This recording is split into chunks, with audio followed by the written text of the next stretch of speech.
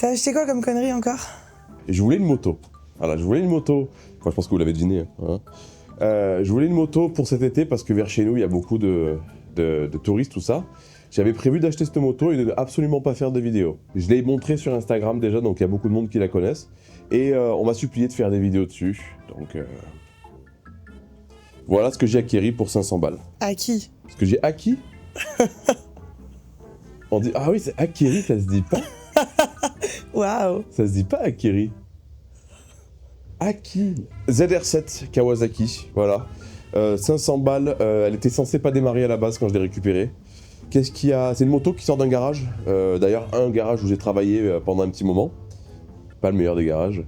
Qu'est-ce qui a été fait dessus? Les joints spies ont été faits. Déjà, les plaquettes avant sont neuves. Le guidon est neuf. Voilà, tu peux le montrer, regarde. C'est un guidon LSL. Voilà, c'est un truc classique, hein, mais il a été changé, il est neuf. Je pense que les rétros aussi ont été changés et ils sont de très mauvais goût, donc je pense qu'on va les changer plus tard. Ce qui est censé avoir été fait et qui a été mal fait, c'est toute la rampe de carburation a été révisée, donc tous les joints sont neufs. Normalement, elle est synchronisée, mais vous allez comprendre qu'il faut tout reprendre. Les pneus sont encore bons, ils sont quasi neufs. Le problème, c'est qu'ils ont 11 ans. Voilà, ils sont de 2014, donc je vais commencer à rouler tranquillement comme ça avec eux. On va pas faire trop les fous, surtout qu'on va beaucoup rouler à deux. Moi aussi, je vais rouler. Tu rouleras aussi avec, parce que la Duchesse a le permis moto, il faut le savoir. Qu'est-ce qu'il y a dessus? Plaquette arrière en bon état. On a une ligne d'échappement. Alors je sais pas si elle est complète. Normalement il y a la ligne complète Léo Vince, voilà. Donc ça c'est cool, c'est une bonne chose, c'est un truc que j'aurais pas à faire. C'est bizarre, c'est assez d'origine. Ah peut-être que c'est le... En fait c'est peut-être pas la ligne complète, c'est peut-être que le silencieux, je sais pas. Ce truc là ça me perturbe, je l'avais pas vu. Et à la base, elle était pas censée démarrer. Le mec qui me l'a ramené, c'est un pote que j'ai gardé de cette entreprise, qui me l'a amené directement ici, et qui m'a dit ouais tu verras, elle démarre pas, faudra la remettre en route, tout ça. Sauf que... Hop, petite pause publicité avant de reprendre votre vidéo bordélique préférée. Cette vidéo est sponsorisée par Car Vertical et ils nous ont envoyé un rapport très intéressant qu'on va regarder ensemble. Mais avant, pour ceux qui ne connaissent pas Car Vertical, c'est un site qui vous permet de vérifier l'historique de votre véhicule que vous avez déjà ou alors un véhicule que vous comptez acquérir et tout ça à travers l'Europe entière. Et c'est une très bonne chose car c'est très facile dans certains pays de cacher un véhicule qui a été accidenté ou alors un compteur trafiqué. Donc là pour le coup on est sur le rapport Car Vertical d'une Volkswagen Passat diesel de 2019. Donc la première chose qu'on peut voir, c'est que tout n'est pas ouvert. L'utilisation requis mon attention et apparemment elle aurait subi des dommages. C'est ce qu'on va voir. Bon ben ça commence bien, voilà les photos de 2019. Elle est dans un état plus que pitoyable, à seulement 4300 km. Regardez ça. Hein. Oh là là là là. Et si on descend un petit peu, on peut voir qu'en 2021, hop, la voiture est entièrement réparée. Et ça, sur les annonces de vente, vous ne le voyez jamais. Et je pense qu'avant d'acheter un véhicule, il est important de savoir ce qu'elle a subi. Ça peut être très bien réparé comme tout le contraire. Ensuite, on peut voir que le véhicule a été utilisé en location. Donc on descend un peu plus bas, on voit qu'elle a été utilisée en location en 2019 en Espagne. Donc je pense que c'est à ce moment-là qu'elle a subi le crash. On voit que le véhicule n'a pas été volé. Sur cette page, on voit le kilométrage de la voiture qui a l'air bon, pas trafiqué. Mais là, par contre, je m'aperçois que le dernier contrôle technique a été fait en Pologne. Rappelez-vous, c'est une location d'Espagne. Donc, on voit déjà que la voiture a pas mal voyagé aussi. Le dernier prix de vente de la voiture connue, de celle que vous venez de voir, est de 20 800 €. Donc, perso, avant de mettre plus de 20 000 € dans une voiture, j'aime bien savoir si elle a traversé le monde, si les kilomètres sont bons ou si elle a été accidentée. Et évidemment, tout ce qu'on vient de découvrir n'est pas écrit dans les annonces de vente de la voiture. Donc, si à votre tour, vous voulez faire un rapport Car Vertical, je vous propose le code BORDEL qui vous fera bénéficier de 20% de réduction sur chacun de vos rapports. Le lien Car Vertical est directement dans la description de la vidéo. Je les remercie de me soutenir dans mes projets et on reprend la moto.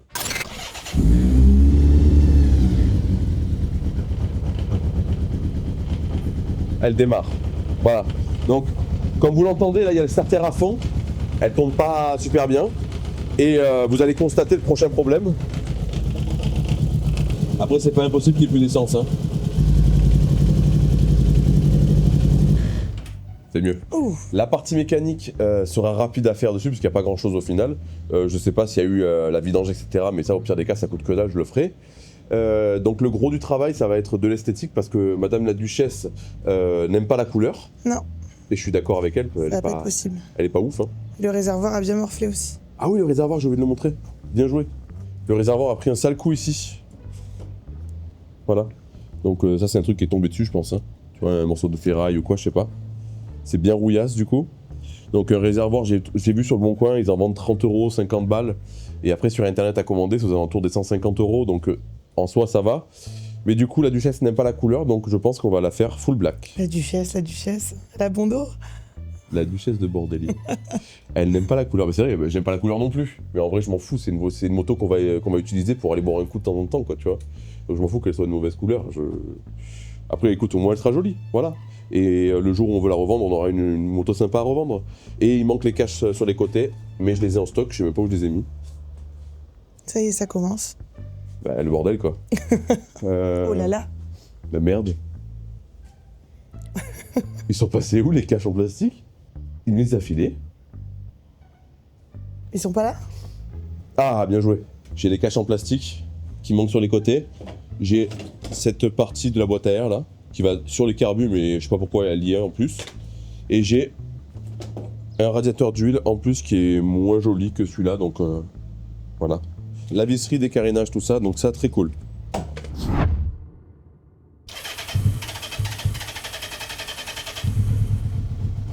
Peut-être plus d'essence.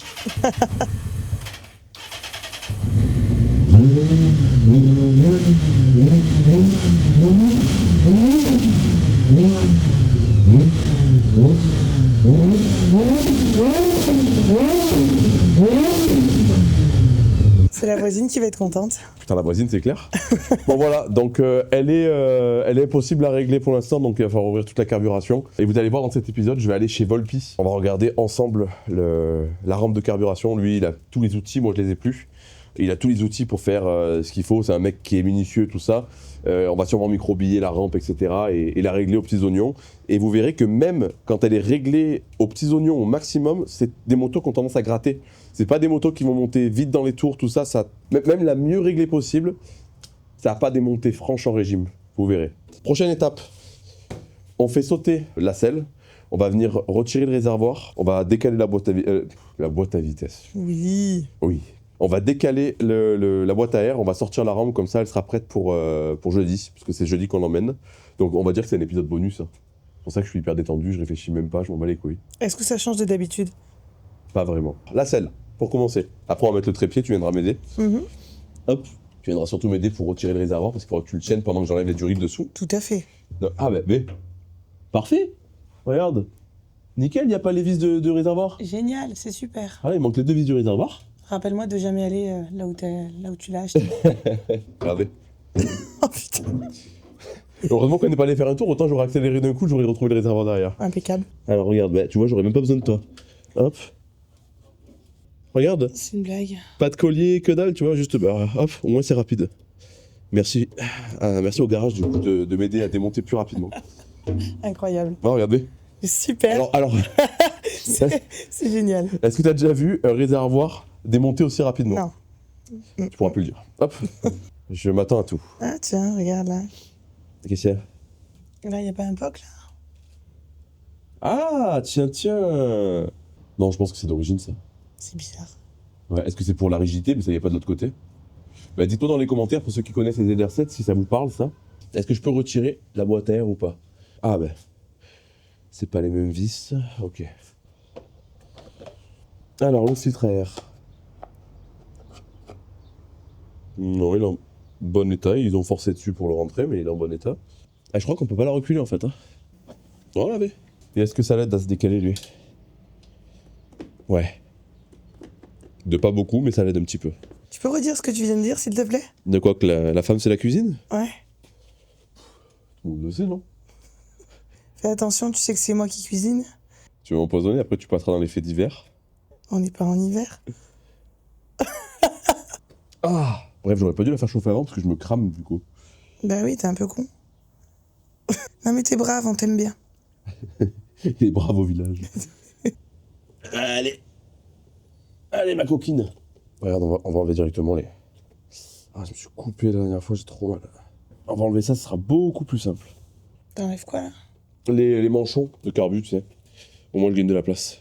Ça va être chiant à remettre, mais ça sera mon problème. Ici, il y a un trou là. Donc j'ai accès avec ma main, je peux passer dedans, tu vois. Donc c'est beaucoup plus simple que la FZX par exemple. La FZX, c'était beaucoup plus chiant. Ça, c'est ce qui est censé venir tenir sur le carbu. C'est un peu de la daube comme système. En enlevant ça, je gagne beaucoup de place pour sortir ma rampe de carburateur. Beaucoup plus simple, hein, Oui, carrément. d'un coup. Donc là, on vient enlever les câbles d'accélérateur, parce qu'il y en a deux, il y a un câble de aller-retour, quoi. Pas beau, ça? Ça, c'est la duchesse qui fait ça. Alors, regarde, il faut filmer derrière aussi. Voilà, la duchesse qui me remplit la jambe. Oui, c'est de ma faute. C'est pas de ta faute, c'est grâce à toi. D'ici quelques temps, il y aura plus de place. Hein. Là, tu pourras pas filmer, je pense que tu verras rien du tout. Voilà, hop. Câble d'accélérateur. Ça dégage. Bam. Voilà, la rampe est sortie. Il y a juste ce petit truc qui est resté fixé dessus, là. Hop, là, c'est bon. Et comme ça, la rampe est déjà démontée. On va vérifier aussi que les pipes d'admission sont pas craquelées. Ça peut jouer aussi sur le réglage. Si elle est craquelée, qu'il y a de l'air qui rentre, ben c'est mort, quoi. Voilà, la rampe est démontée. On va pas avancer plus que ça sert à rien. On va changer tous les joints directement jeudi. Et moi, je pense que la fuite d'essence, en fait, entre les carbus, je sais pas si on le verra bien, à ce niveau-là, là, entre les carbus, il y a des petits joints qui font circuler l'essence dans toutes les cuves, quoi. Et des fois, ces joints, ils sèchent et ils sont morts. Donc soit ça, soit le niveau de cuve qui n'a pas été fait, et du coup, ben, elle fuit. Donc pour l'instant, on la laisse là, et on se retrouve du coup jeudi chez Volpi.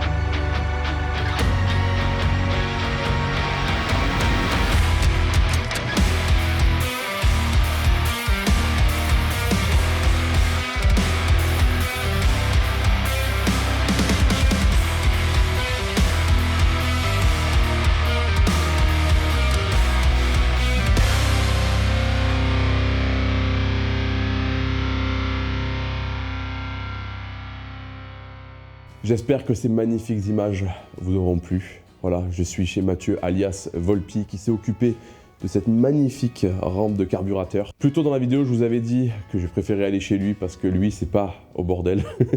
Lui, il est beaucoup plus minutieux que moi et on l'appelle le carburologue dans le Vaucluse.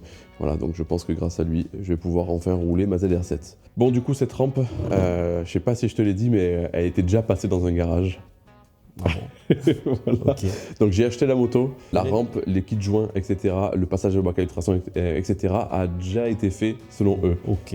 Quel est ton avis sur ce sujet? Bah, c'était à refaire. Tu mets le corps carbu quasiment à nu, il n'y a que les volets là que je démonte pas, ça sert à rien, mais tout ce qui est démontable, sinon on démonte quoi. Et après ben, on change tout ce qui a changé en joints, en pièces, etc. et on repart. Passage au bac à ultrason. Oui, entre autres, mais tu as bien vu que d'ailleurs ça suffisait pas. Bah non, tous les conduits étaient bouchés, donc je sais pas si on a réussi à bien l'avoir en image, mais tous les conduits à l'intérieur de ralenti, de starter. T'en avais trois starters de bouchée et deux de ralenti de ouais, bouchée. Voilà, ouais. Après donc, le bac à ultrason pourtant. Ouais. Donc le bac à ultrason c'est pas magique, voilà. c'est pas tout. Et ce qu'on n'a pas filmé aussi, c'est qu'en fait il a micro-billé les carburateurs sur les côtés. Vapor blasting. Vapor blasting, voilà. Pour qu'il soit plus joli en fait la partie extérieure et même le petit capteur là, il a été microbillé, ça rend super bien quoi. Donc écoute, normalement, il n'y a plus qu'à la monter et... En théorie ça devrait bien tourner, ouais. Enfin, j'espère, hein, voilà, au moins ça sera une affaire rapidement réglée. Donc si vous êtes dans le coin d'Avignon ou même si vous êtes un peu plus loin, c'est pas grave. J'ai des motos qui viennent de toute la France ici. Ah bah oui. Ah oui. Ah oui, t'as de tout, oui. En plus tu peux les envoyer, c'est ça. Ah ouais. non, mais j'ai énormément de rampes qui arrivent de toute la France et même des motos. Comme vous le savez, aujourd'hui c'est super compliqué de trouver des garages motos qui valent le coup. Donc aujourd'hui c'est l'occasion de vous en présenter un qui vaut le coup. Donc comme il me disait, tu peux t'occuper des rampes de carburation à distance. À distance non, on te les envoie. On me les envoie, voilà, par la pensée, Ouais, voilà, par télépathie. Marabout. Donc vous pouvez lui envoyer directement votre rampe, il s'en occupe, etc. Et comme tu disais, tu as aussi des motos qui viennent de partout, quoi. Des fois, on va dire c'est pas que des rampes de carbu, mais souvent c'est des grosses remises en état, ouais. Nice, Bretagne, Paris, parce que c'est facile Paris avec les transports. Hein. Tu sais, c'est 300 balles un transport moto pour traverser la France, pas plus. 300 balles pour ramener ici? À peu près, ouais. Putain, c'est pas super cher en vrai. Ouais. Bon bah c'est cool en tout cas, c'est fut un plaisir. Ouais. Et j'espère qu'on pourra collaborer sur d'autres projets plaisir, ensemble. C'est ça, il suffit de le prévoir. Bon bah écoute, merci beaucoup, je remonte ça ce soir, tu vas être trop curieux de savoir si ça tourne ou pas. Je suis pas inquiet. Et merci à toi.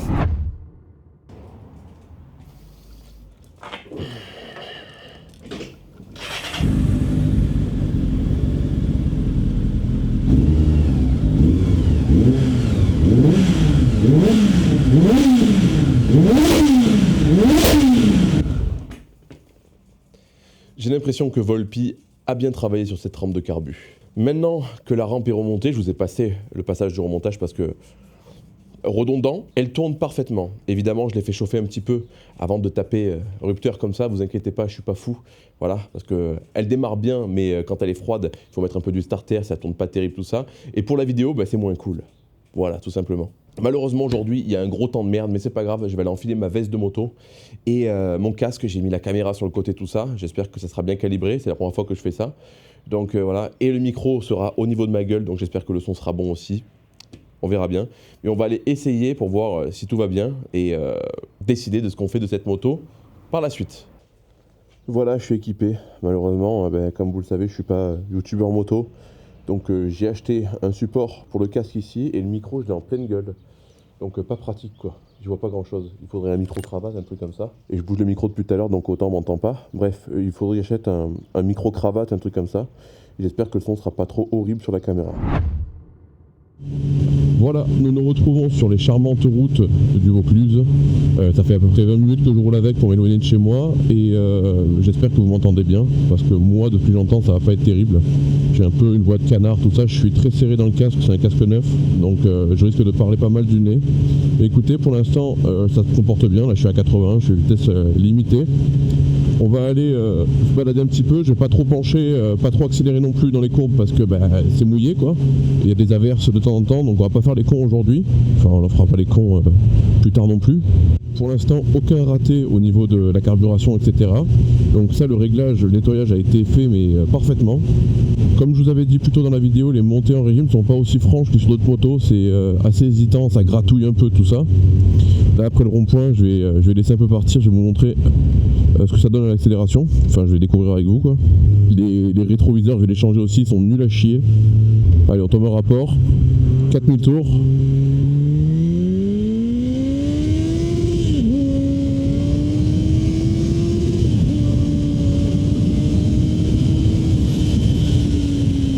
Ouais ça se déplace pas mal, pour une petite moto.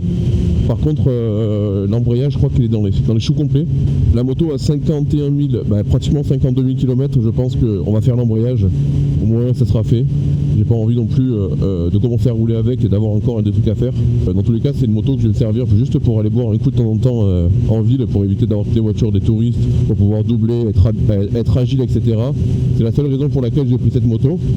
Et je vous cache pas qu'il y en a déjà une autre qui est en route pour la chaîne au bordel. Voilà, je lâche cette petite info comme ça. D'ailleurs, si tu es attentif et que tu écoutes vraiment ce que je dis dans mes vidéos, mets-moi en commentaire, oh oui, encore de la moto. Pour rappel, j'avais commencé au bordel avec de la moto, mais ça ne marchait pas du tout, ça intéressait vraiment très peu de monde. C'est pour ça que j'étais repassé sur du format, j'étais passé sur du format voiture parce que je m'étais rendu compte que ça marchait beaucoup mieux. Et vu que j'aime la moto et la voiture, ça m'a arrangé aussi. Donc j'avais pas l'opportunité de travailler sur des voitures avant au bordel, donc ça a été une opportunité pour moi. Mais à la base, je suis moto. Ça faisait à peu près 4 ans que j'avais pas touché une moto, donc là, croyez-moi, la maladie est revenue, ça y est.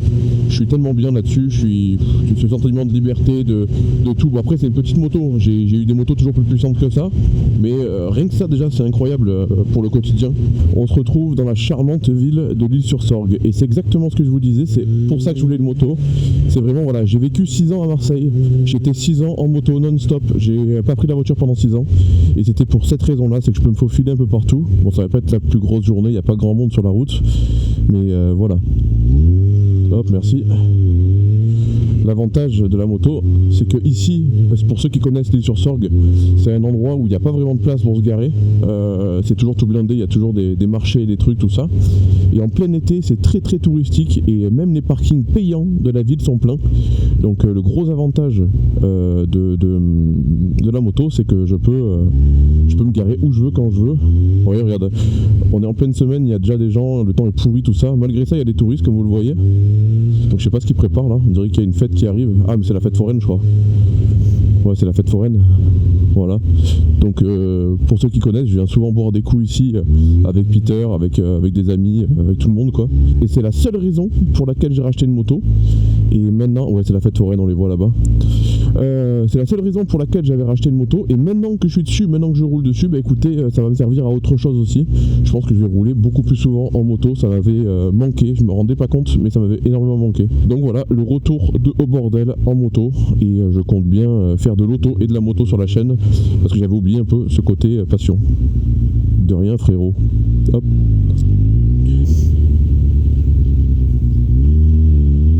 Il me coupe la route lui. Il a vu la caméra, il a rien dit. Bon, retour au garage, la moto a eu le temps de refroidir. Comme vous l'avez vu, le son était pas, enfin comme vous l'avez entendu plutôt, le son était pas dingo. Je pense que si je refais des passages en moto comme ça, j'achèterai un micro-cravate qu'on peut mettre directement là, ça sera peut-être meilleur. Dans l'ensemble, la moto va très bien. Pour le prix que je l'ai acheté, je suis très content. Mais malheureusement, l'embrayage est rincé. Alors, il y a plusieurs raisons à ça. Soit elle a 50 000 km, l'ancien propriétaire tapait dedans assez souvent. Ou parfois, ça peut arriver après un long arrêt comme elle a vécu elle, que l'embrayage se fatigue et qu'une fois qu'elle soit remise en route, on vienne terminer complètement ce qui reste de l'embrayage. Donc là, pour le coup, en soi, je pourrais rouler encore comme ça. Mais moi, ça me plaît pas du tout. Je préfère avoir le 100% des capacités du moteur. Donc on va venir la vidanger, on va enlever le sabot. On va enlever le carter d'embrayage qui est ici. On va s'occuper de l'embrayage. J'ai tout ce qu'il faut. Vu qu'on enlève le sabot, on va en profiter pour faire revenir aussi la ligne d'échappement. C'est une petite technique que je vous montrerai, qui coûte presque rien et qui est vraiment efficace. Vidange. Oh! Je pourrais pas vous montrer dessous parce que c'est vraiment bas, mais je vais attaquer la vidange, il n'y a rien de bien intéressant. Hop là. Donc on a un bouchon de vidange et un bouchon qui vient retenir le filtre à huile. Hop. Allez, cool. Ah, j'aurais dû mettre les gants. Donc voilà le filtre à huile, HF 401. Je vais aller chercher le nettoyant de frein, on va nettoyer tout ça. Le mec il met les gants à la fin, tu sais. Hop. Nouveau filtre à huile. Iflo Filtro. Donc on a le filtre ici, les joints de rechange là. Donc le filtre, je peux venir le retirer comme ça, en tirant. Le joint, il est ici. Tac, donc je retire le vieux. Je viens poser le nouveau. Tac.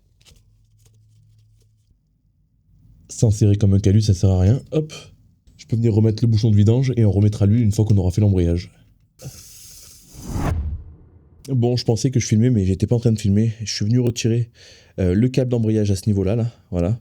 Donc il faut le desserrer un petit peu en haut pour que ça passe. Des fois, là, pour le coup, j'ai eu besoin de le faire. En plus, il est complètement grippé, donc j'en profiterai pour tout nettoyer.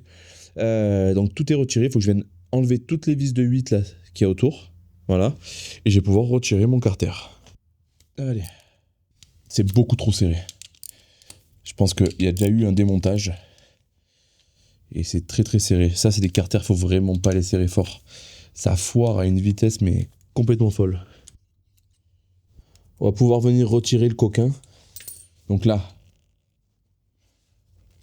Voilà.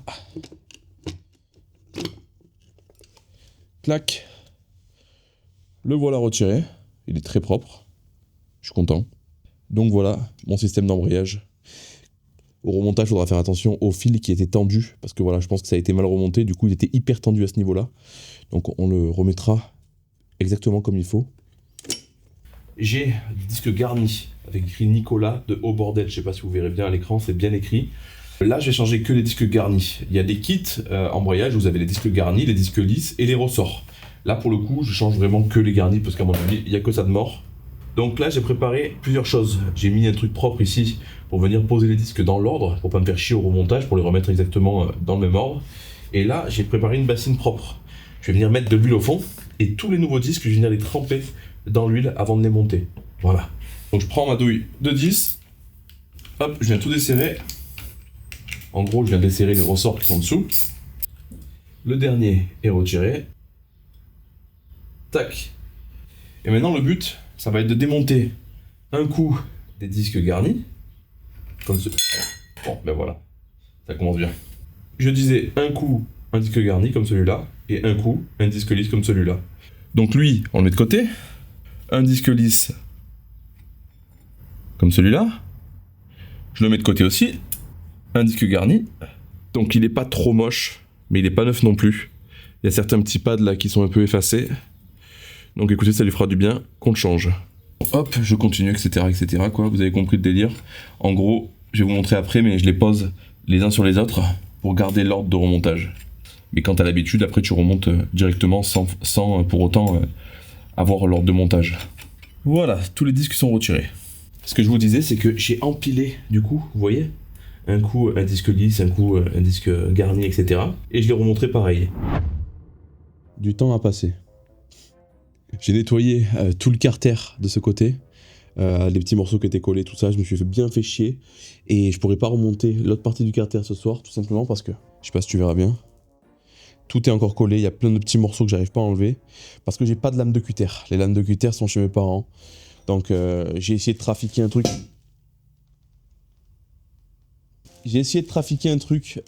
Avec des lames de ce truc-là, là. Ça vient de chez Action. C'est de la merde, donc ça marche pas. Donc tant pis, on remontera pas le carter ce soir. Par contre, je vais poser l'embrayage. Quoique non, en vrai. Hein. Tu sais quoi? Je vais tout faire demain. Parce que je viens de me rendre compte de ma connerie, là. Si je les trempe, mes disques garnis maintenant dans l'huile, et que j'attends demain pour le remonter, mais ils vont sécher entre-temps, toute l'huile va couler. Et il faut que eux, ils soient bien imbibés. Donc par contre, ce que je peux faire, c'est, en attendant la nuit, là, les foutre dans l'huile. Comme ça. Parce que d'origine, ils préconisent de les laisser 12 heures trempés dans l'huile avant de les monter. Donc je vais les mettre comme ça. Et ça me fait très chier parce que le timing est court. Mais je le referai demain. Voilà. Huile neuve, bien sûr, on va pas mettre de l'huile de merde. C'est comme la viande. Il faut la faire mariner. Voilà. Et demain, elle aura une saveur excellente.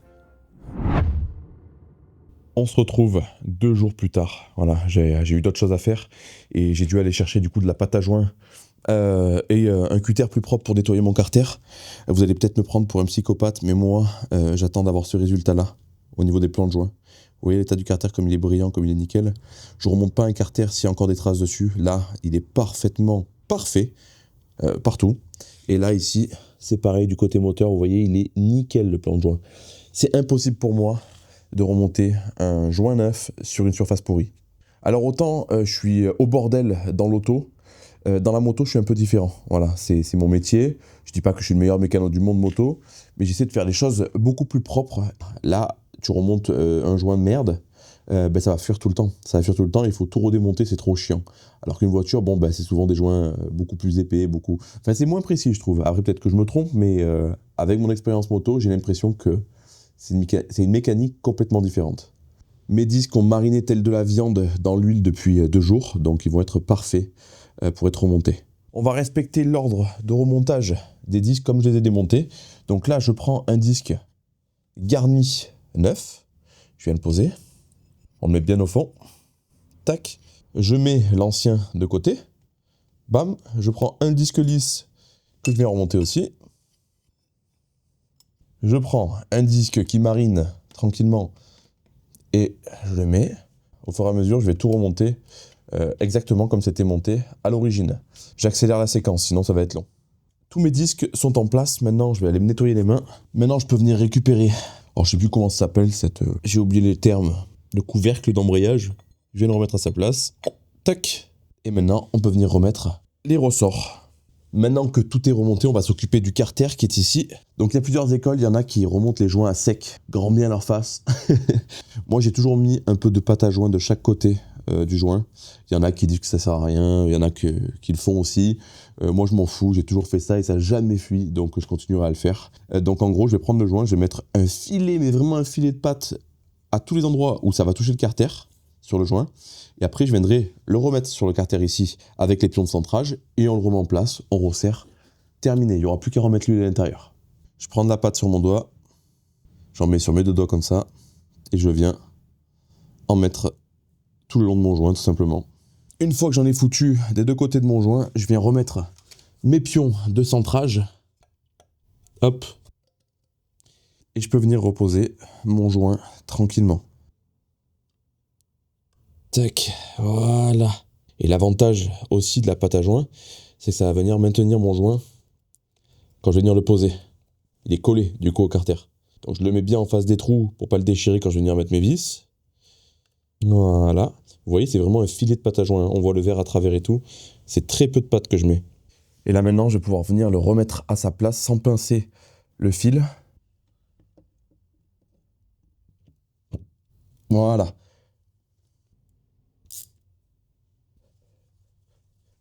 Plus qu'à remonter le câble d'embrayage, remettre de l'huile dans le moteur et on pourra essayer. Voilà, je vous ai épargné le remontage du câble d'embrayage et l'huile dans le moteur. Il n'y a rien de bien intéressant. Maintenant, ce qu'on va faire, c'est qu'on va la démarrer pas longtemps. Parce qu'en fait, j'ai mis le niveau d'huile au maximum. Mais le temps que le filtre à huile se remplisse, tout ça, il faut faire tourner un peu le moteur. Donc on fait tourner, on laisse le filtre à huile se remplir, on refait le niveau. Et en même temps, on va tester du coup l'embrayage, mais sur la béquille centrale. Dans tous les cas, il faudra faire un micro-rodage quand on ira rouler. Je ne pourrais pas lui taper dedans direct, quoi. Il faudra rouler une bonne dizaine de minutes avant de pouvoir lui taper un peu dans la gueule, quoi.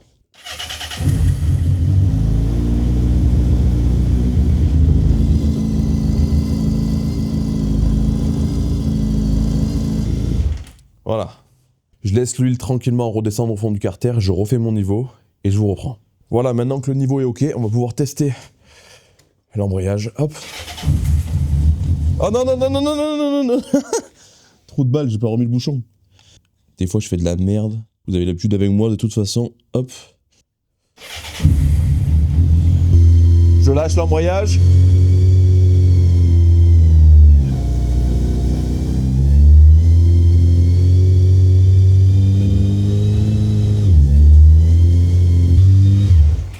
Fais avec moi tout son cœur. Pas de boogie. Ouais, Peter. Yes, ça te dérange? Bah, j'étais en tournage et tu m'as appelé avec la sonnerie de Eddie Mitchell. Ah, ça fait plaisir. Ouais. Bah, j'espère que j'ai bien salopé ta scène. Absolument. Super. Maintenant que embrayage, vidange, filtre sont terminés, je vais vous montrer une petite technique qui est assez connue, mais que tout le monde ne connaît pas, pour refaire venir bien vos échappements. Donc l'idéal, ça serait de le démonter complètement pour le faire proprement, mais j'ai une flemme incroyable de démonter l'échappement. Par contre, un échappement qui a une bonne gueule, c'est toujours mieux. Donc je vais vous montrer la technique du Harpic x10. Voilà, c'est une vieille technique, ça tourne depuis très longtemps sur les réseaux, tout ça, et ça marche très bien. Donc comment on va s'y prendre? Je vais prendre un petit pot comme celui-là, en plastique, et je vais venir le remplir de Harpic pour les chiottes. Je prends un pinceau, je viens appliquer du Harpic partout sur l'échappement, donc les endroits que je veux faire revenir. On va dire qu'on travaille surtout sur les parties les plus visibles, donc il ne faut pas hésiter à mettre une bonne couche de gras là, bien épaisse. Ça commence déjà à faire effet, et vous allez voir, c'est magique. 5 minutes plus tard, vous venez prendre une éponge style gratte-gratte comme ça là, et vous passez un coup sur l'échappement. Comme ça, en même temps, vous enlevez les petites traces, les petits picots, les machins. Et vous allez voir, ça revient vraiment nickel. Et je vous conseille de mettre des gants. C'est un produit qui attaque pas mal, donc ça a tendance à piquer la peau. Je mets jamais trop de gants, mais là, pour le coup, ce produit, il est quand même hardcore. Une fois que vous avez bien frotté, vous venez nettoyer le surplus de produit. Voilà. C'est pas parfait, mais ça rajeunit bien le collecteur d'échappement de votre moto.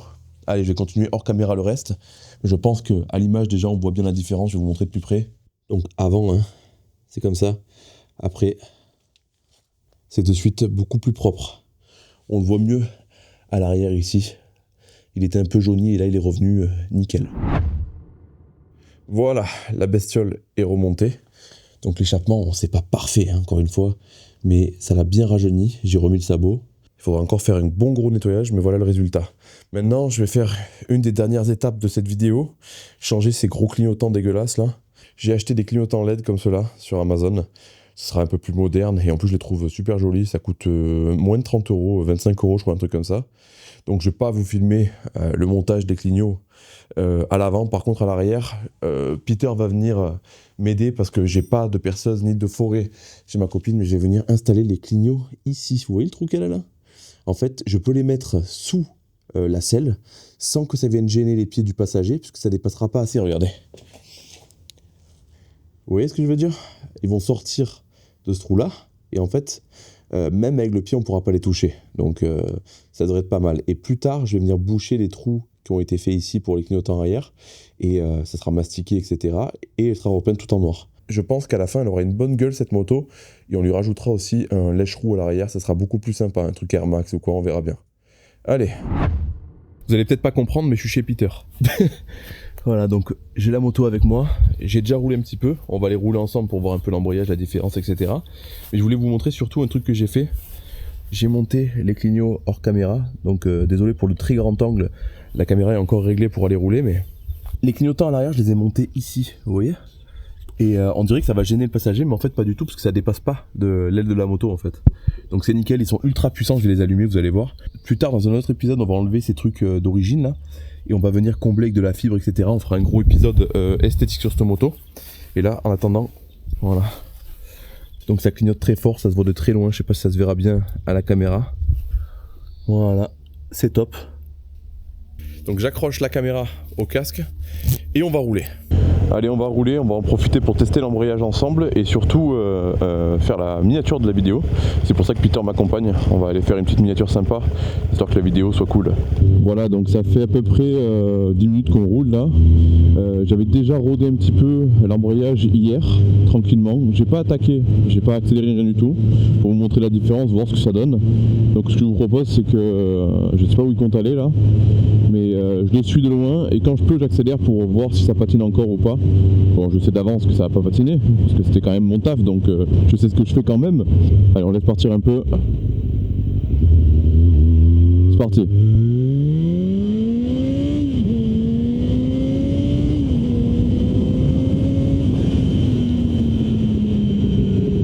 Elle a retrouvé toute sa puissance, enfin, elle n'avait pas vraiment perdu, mais c'est juste que l'embrayage ne transmettait plus la puissance au reste de la moto, quoi. J'ai essayé à chaque fois d'expliquer les choses assez simplement pour que les gens qui ne sont pas trop calés en mécanique comprennent. Maintenant, on a réglé ce problème d'embrayage, j'ai aussi retendu la chaîne et graissé la chaîne hors caméra. Bah écoutez, elle se comporte plutôt bien pour une petite ZR7. Après 50 000 km, elle est encore en bon état, quoi. Tout va bien. Donc écoutez, sur ce, on va aller faire cette fameuse miniature de la vidéo et on va s'arrêter là pour aujourd'hui. Et la prochaine vidéo de cette moto là sera de l'esthétique. Donc on se retrouve très rapidement sur la chaîne et merci à tous pour votre soutien. N'hésitez pas à me dire en commentaire ce que vous avez pensé de ce nouveau style de vidéo sur la moto et dites-moi surtout si vous voulez en revoir. À la prochaine, ciao.